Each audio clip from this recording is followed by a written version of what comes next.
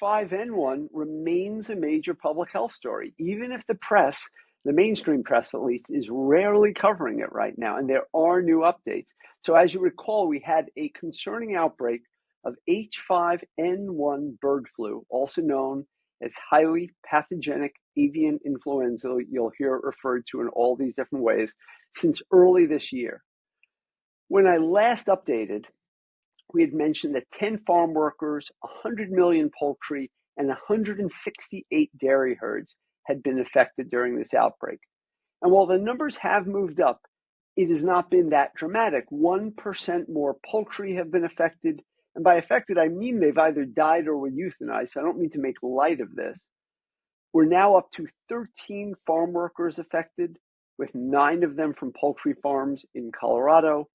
There are, however, 18 new cattle herds infected with H5N1, with the most being in Colorado and the newest being in 3 separate herds in California. Now, California is especially concerning because it is the nation's #1 source of milk, and because they have been particularly cautious and careful with the cows, knowing how easy it would be to spread.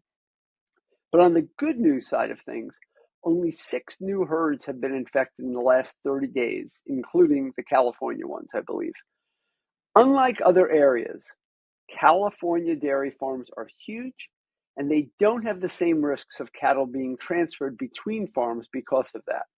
They also have been seemingly hard at work cleaning the milking equipment to prevent spread and cleaning trailers when they do need to transport cattle, but even that has not been enough. So this is one bit of news that keeps the concern high.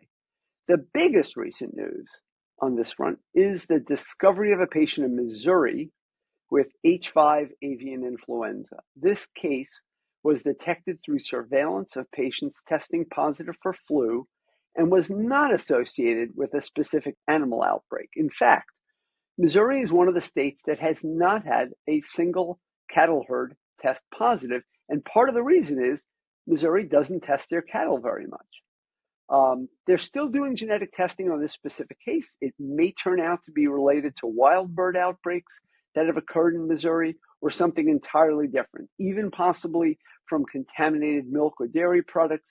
But there's no indication at all of human-to-human spread, which is what we dread most at this point. And again, what are we worried most about? We're worried about eventually getting to the point of human-to-human transmission. No evidence of this for right now. But at this point, we still don't know how this particular individual in Missouri got the disease. So are we doing enough? No. I have previously mentioned that the state of Missouri is not actively testing enough. They seem to want to hide their head in the sand on this. It's not a good thing.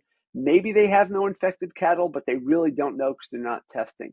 And it would be great to see the CDC continue to organize their efforts and coordinate with state public health and agriculture officials to establish best practices and create incentives for more effective testing and quarantining or isolation as needed.